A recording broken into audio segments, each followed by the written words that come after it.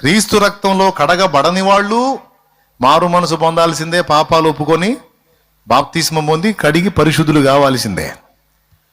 బాప్తిస్మం పొంది పరిశుద్ధపరచబడిన వాళ్ళు కూడా ఏదన్నా అడుగులు జారితే వాటి విషయంలో గుర్తుపట్టి ఒప్పుకొని మారు మనసు పొందితే సరే,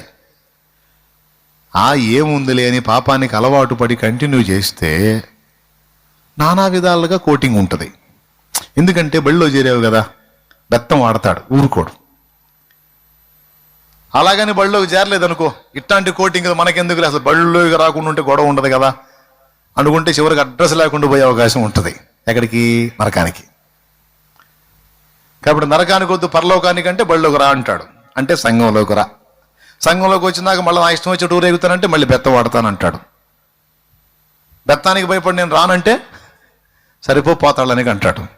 ఇప్పుడు చెప్పండి, పాతాళం కావాలా బెత్తం కావాలా?